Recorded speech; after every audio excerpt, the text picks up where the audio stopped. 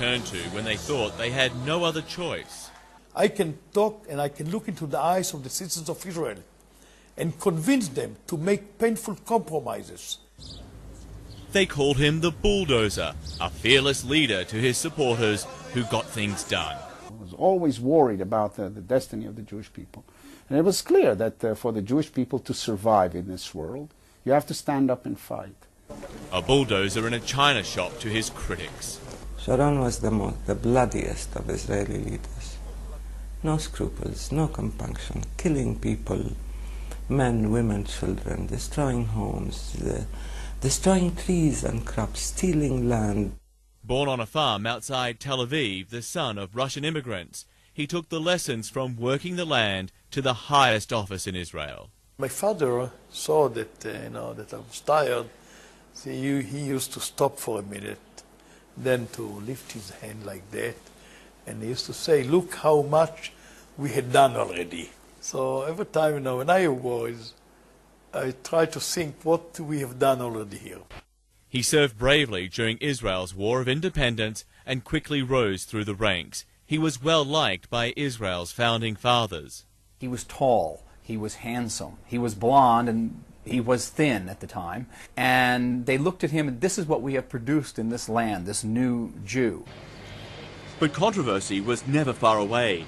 In 1953, after a wave of guerrilla attacks from Jordan, he led the infamous Unit 101 on a raid into the border town of Kibbutz, blowing up 45 houses, killing 69 Arab villagers. Sharon said he thought the houses were empty. By June 1967, he was back at war, now a general, leading his tank battalion to a crushing victory over the Egyptians in the Sinai during the Six-Day War. But what he considered his greatest military achievement came in 1973 during the Yom Kippur War.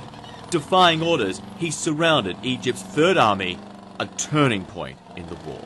He was the kind of commander that when the going was tough, and uncertainty and casualties, soldiers always looked up to him to give guidance, to be like their guiding light in the dark.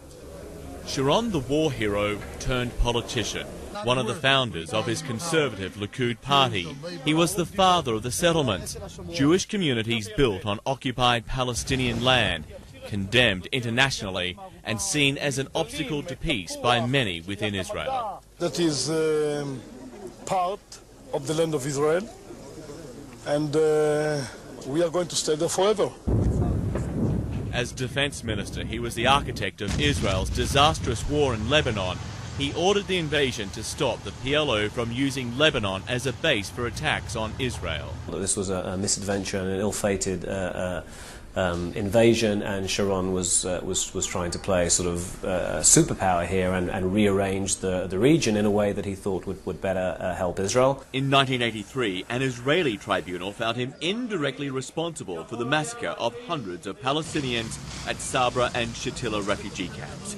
It was carried out by Lebanese Christian militia, Israel's allies, and Sharon was found to have done nothing to stop it. He was forced to stand down and banned from ever being defense minister. He felt betrayed. By the government. The 90s would see his political rehabilitation, eventually becoming leader of his party in 2000, and in September of that year came his visit to the Temple Mount, the holiest site for Jews, also claimed by Muslims as Haram al-Sharif, the noble sanctuary.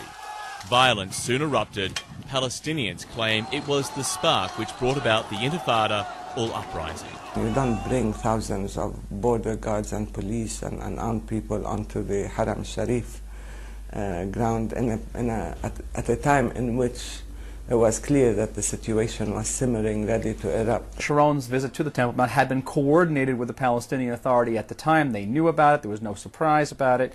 They were simply waiting for him to go up there in order to initiate their terrorist war. In the violence which followed, Sharon was elected prime minister. Israelis had turned to the bulldozer who promised to bring peace and security. Later he was asked how he managed such a remarkable comeback from the political grave.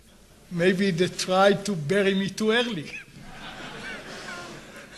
And maybe not deep enough. What can I tell you? As a wave of suicide bombings rocked Israel, Sharon unleashed the Israeli military, sending tanks and troops into Palestinian towns, ordering assassinations of Palestinian militant leaders. And believe me, we show restraint. And as you know, I'm under heavy pressure, I would say, to act differently. He ordered the construction of the barrier through the West Bank and confined Palestinian leader Yasser Arafat to his compound in Ramallah, accusing him of encouraging attacks on Israel. No doubt, Arafat is a terrorist. We have to understand it. Sharon said he always regretted not killing Arafat when he had the chance. I think Sharon only refrained from killing Arafat reluctantly because of a combination of a promise to the American government that he wouldn't kill him and an assessment by some in the Israeli intelligence community that more Jews would die. As the violence continued, Israelis overwhelmingly re-elected him for a second term. Not long after, Sharon made an historic announcement. Israel would give up Jewish settlements in Gaza and part of the West Bank. It brought him derision and death threats from the settlers who once saw him as their champion.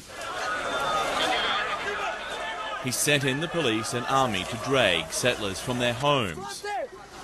It earned him applause overseas, but trouble at home, especially from a small group of political rebels within his own conservative Likud party. And by the end of 2005, Sharon had had enough. He bolted from his party and established a new centrist party called Kadima.